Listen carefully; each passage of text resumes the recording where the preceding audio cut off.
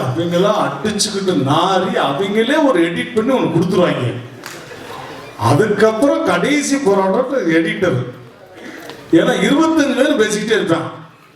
ஹீரோக்கு தான் பேச வேண்டிய டைலாக் அவ்வளவு பேர் வாய் அசைஞ்சுக்கிட்டே இருக்கும். ஏன்னா எங்க கிடைச்சா என்ன டப்பிங் போடலாம்னு யோசிச்சுக்கிட்டே இருப்பாங்க.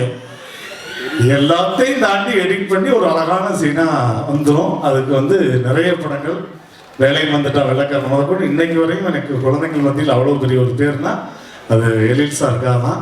உண்மையிலே அப்படி ஒரு வாய்ப்பு. அந்த மாதிரி மாப்பிள்ளையை பற்றி நான் ரொம்ப பெருமையாக சொல்வேன். விமல் மாப்பிள்ளைய அவர் சொன்ன மாதிரி வாய் அசைக்கவே மாட்டார். நான் வேறு இடத்துல பேசியிருக்கேன் அவர் மாதிரி. இப்போ நமக்கெல்லாம் உடம்பு வலிக்குது அப்படின்னா நம்ம ஃபோன் பண்ணி கேட்போம்ல. ஒரு நிகழ்ச்சிக்கு போகிறோம், மாப்பிள்ளை எங்கே இருக்கீங்க அப்படின்னா என்ன சொல்லணும்? மாமா இந்த தூக்கிட்டு இருக்கேன், இதை வந்துட்டேன், இதுதான் சொல்லணும். பாருங்களேன், அவர் எப்படி பேசியிருப்பார் சொல்கிறேன். மாப்பிள்ளை வணக்கம் மாப்பிள்ளை, ஆடியோ லான்ச்சுக்கு ரொம்ப லேட் ஆயிடுச்சு மாப்பிள்ளை, எங்கே மாப்பிள்ளை இருக்கீங்க? வந்துட்டு எந்திரிச்சேன் வரலாம்னு இருக்கேன். இல்லை மாமா காஃபி குடிச்சிட்டு வரலாம்னு இருக்கேன். எங்கே மாமா? நம்ம காதை தூக்கி அவர் வாயில வைக்கணும். அப்படியா மாப்பிள்ளை, வந்துருங்க மாப்பிள்ளை அப்படின்னு. அந்த மாதிரி ஒரு யதார்த்தமான எனக்கு ரொம்ப பிடிச்ச, நான் திரையுலகத்தில் அன்பா கூப்பிட்ற மாப்பிள்ளை விமல்.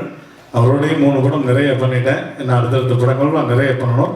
ஸோ அவருக்கும் என்னுடைய வாழ்த்துக்கள். அதே மாதிரி இங்கே இருக்கக்கூடிய காமெடி லெஜண்ட்ஸ் ஒரு ஒட்டுமொத்த பேரையும் நீங்கள் அந்த ஈகோவே இல்லாமல் பெர்ஃபார்ம் பண்ணக்கூடிய காமெடியன்ஸாக தான் ரொம்ப முக்கியம்.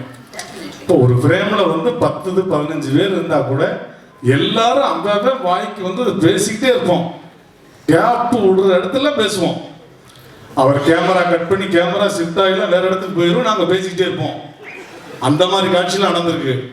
அதை தாண்டி அவ்வளோ தூரம் வரும். அதே மாதிரி இந்த தேசிக் ராஜாவில் நீங்கள் பார்த்த வேலையும் வந்துட்டா வெள்ளக்காரனில் அந்த 500 ரூபா அந்த கிளைமேக்ஸ் காமெடியோடைய ஒரு லீடு, ஒரு பெரிய லீடு இருக்குது.